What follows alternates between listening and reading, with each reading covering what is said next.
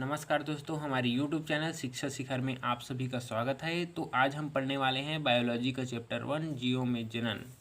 ठीक है, तो सर्वप्रथम देखते हैं जनन क्या होता है या प्रजनन। कोई भी जीव अपने समान नया जीव उत्पन्न करने की जो क्षमता रखता है उसे ही जनन कहते हैं। जिसे मनुष्य अपने समान नया जीव उत्पन्न करता है तो उसे हम जनन कहते हैं। वो यह 3 प्रकार से होता है। पहला वर्धी प्रजनन, अलैंगिक जनन और लैंगिक जनन। तो हम वर्धी प्रजनन को सर्वप्रथम देखते हैं। वर्धी प्रजनन वह क्रिया है जिसमें प्रजनन अंग को छोड़कर किसी दूसरे अंग द्वारा नया जीव उत्पन्न वर्धी प्रजनन कहते हैं। उदाहरण के लिए अमीबा होता है, वह ऐसे करके मतलब चप्पल के आकार का होता है, फिर यह 2 भागों में इसे विभाजित हो जाता है और नया जीव बना लेता है। ठीक है, इसे वर्धी प्रजनन कहते हैं। अलैंगिक जनन वह प्रक्रिया है जिसमें एक ही लिंग भाग लेते हैं और नए जीव को निर्माण करते हैं। उदाहरण के लिए मधुमक्खी।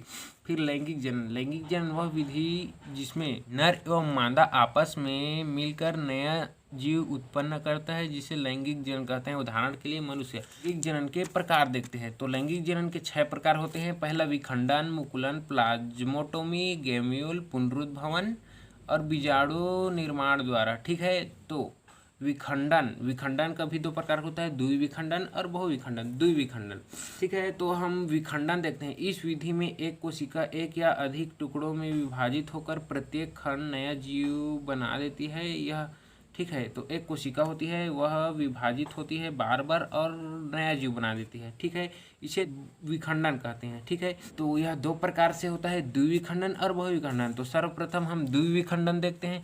तो द्विविखंडन इस विधि में विभाजित होने वाली कोशिका के मध्य भाग में एक खाँज बनता है। ठीक है, ये विभाजित होने वाली कोशिका होता है, उसके मध्य भाग में इस प्रकार का ऐसे करके एक खाँज बनता है। ठीक है, उसके बाद और 2 भाग में विभाजित हो जाता है और प्रत्येक जीव मतलब प्रत्येक कोशिका जीव बनाती है।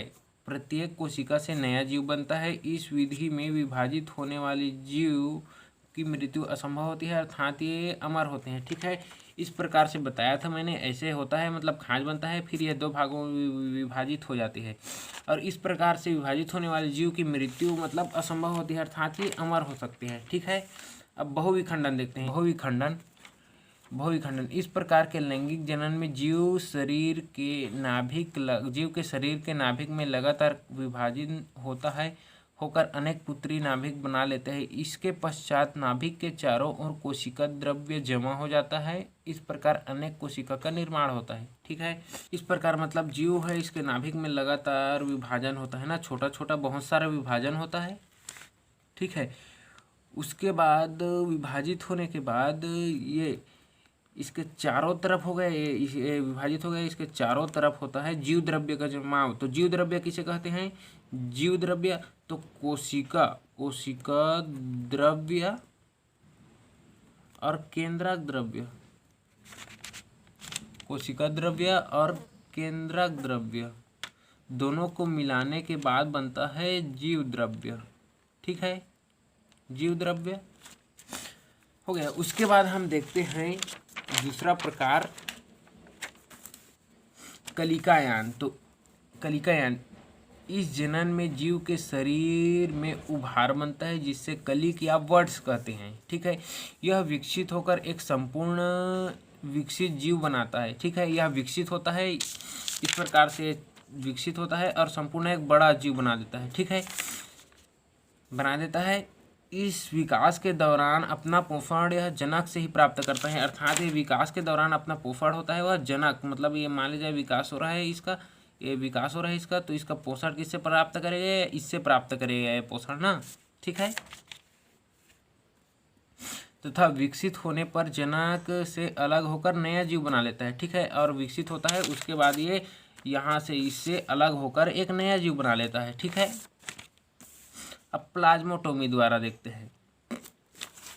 तो यह बहुकेंद्रीय जीवों में पाया जाता है, मतलब जिसमें बहुत सारे केंद्रक होते हैं उस जीवों में पाया जाता है, जिसका जीव द्रव्य विभाजित होकर 2 बाद में केंद्रक विभाजित होकर पहले जैसी संख्या मतलब विभाजित होता है, उसके बाद केंद्रक विभाजित होता है और पहले जैसे फिर से हो जाता है। ठीक है, अब गेम्यूल द्वारा इस प्रकार के लैंगिक जनन में जनन एक विशेष प्रकार के गोलाकार कोशिकाओं के समूह द्वारा होता है। ठीक है, गेम्यूल द्वारा एक जनन होता है, वो गोलाकार कोशिकाओं के समूह द्वारा होता है। इस कारण वह जनक की मृत्यु हो जाती है। इस कारण किसी कारण से मतलब जनक की मृत्यु हो जाती है, तब ये अनुकूल परिस्थितियों में आने पर विकास होकर नया जीव बनाती है। ठीक है, अब विखंडन या पुनरुद्भवन देखते हैं। जब जंतु का शरीर किन्हीं कारणों से कई टुकड़ों में बंट जाता है तो प्रत्येक खंड विकसित होकर नया जीव बना देता है।